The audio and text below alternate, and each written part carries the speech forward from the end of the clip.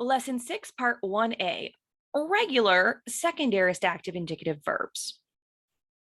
Second aorist verbs is a category of verbs that form their aorists a different way than first aorist verbs. Second aorist verbs always have some kind of change that's been made to the stem. Most often, a letter has dropped out. There is also normally no sigma or alpha in this stem. Second aorists are also formed differently in that they take a theme vowel, omicron or epsilon, and the new ending in the first singular and third plural, just like the imperfect active indicative, which means that those two forms are identical. So here we have the stem vowel, we have the omicron epsilon theme vowel, and we have the same endings that we saw in the imperfect active indicative, which were just slightly modified for our first aorist active indicative.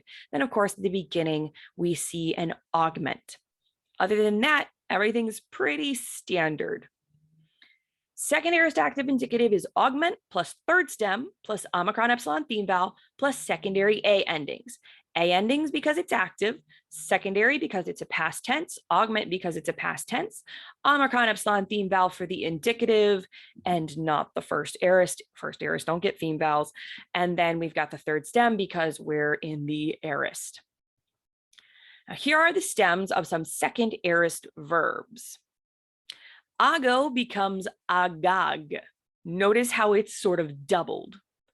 That's probably because there's nothing that it can drop and still be a word. Hamartano becomes hamartase. Op erkomai becomes op elf. Apathanesk becomes apathan. Balo becomes bal.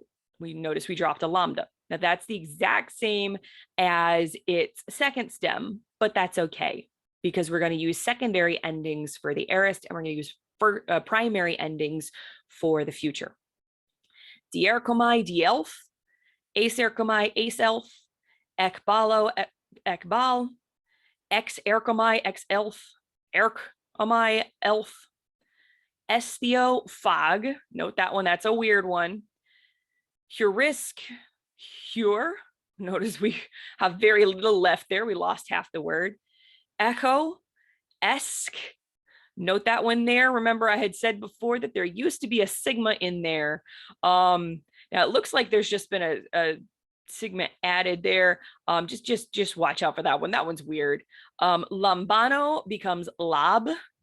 Lego becomes ape. You're going to see this as apon very frequently. I said, or ape, he said. It's going to show up all the time. This one's very common. This is an irregular form of Lego. Paralamban, paralab, Pino P. Watch out for that one. There are very few letters left, so it's hard sometimes to tell what word that is. Peepjo becomes pes.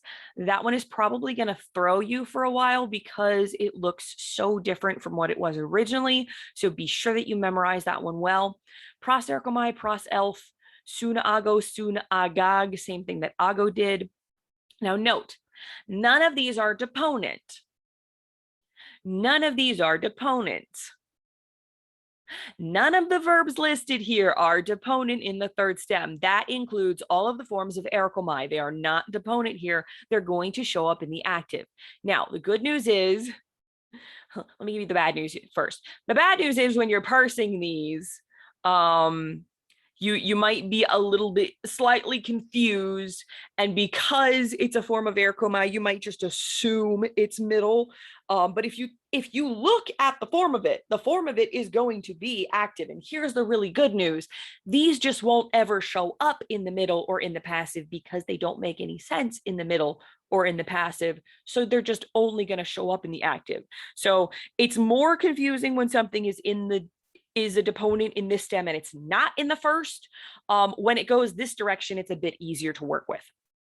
So summary, learn the stems, And then the formula, second aorist active indicative equals augment plus third stem plus omicron epsilon theme vowel plus secondary A endings. The only difference between this formula and the first aorist active indicative is that we have added in the theme vowels, which is why this is considered to be a slightly separate tense or separate category within the aorist active indicative. That's why we split out the first aorist from the second aorist, is because of that omicron epsilon theme vowel.